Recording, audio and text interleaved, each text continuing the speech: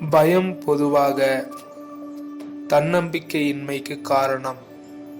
ஏதாவது ஒரு முடிவை பற்றி நீங்கள் பயப்படும்போது உறுதியான உணர்வுடன் நீங்கள் அதற்கு செல்ல வாய்ப்பில்லை.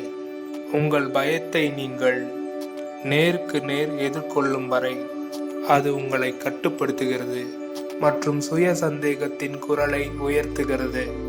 நீங்கள் எதிர்கொள்ளும் பயத்தை பற்றி சிந்தித்து அதன் பிறகு எப்படி நீங்கள் எப்படி உணர்ந்தீர்கள் என்பதை நினைவில் கொள்ளுங்கள். ஒருவேளை நீங்கள் விடுதலையாகவும் பெருமையாகவும் உணரலாம். நீங்கள் பயந்த காரியத்தை மீண்டும் செய்ய நினைத்திருக்கலாம்.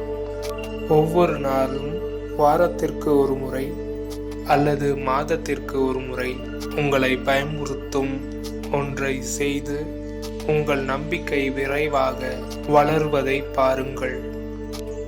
நட்பு தோல்வி.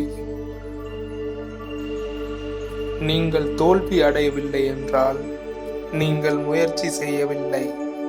உண்மையிலேயே வெற்றி பெற தோல்வியின் சாத்தியக்கூறுடன் நீங்கள் நெருக்கமாக இருக்க வேண்டும். நீங்கள் எவ்வளவு அதிகமாக தோல்வி அடைந்தீர்களோ அவ்வளவு அதிகமாக நீங்கள் கற்றுக்கொண்டு வருகிறீர்கள்.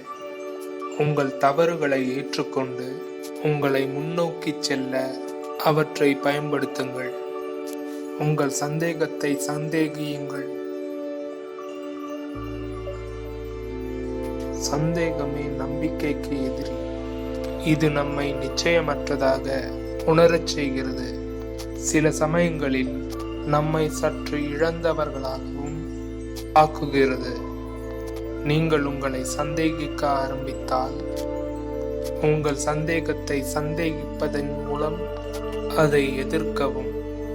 உங்கள் சந்தேகம் என்ன சொல்கிறது என்ற உண்மையை கேளுங்கள். இந்த 3 உத்திகள் வழியாக உங்கள் தன்னம்பிக்கையை நீங்கள் வளர்த்து கொள்ளலாம்.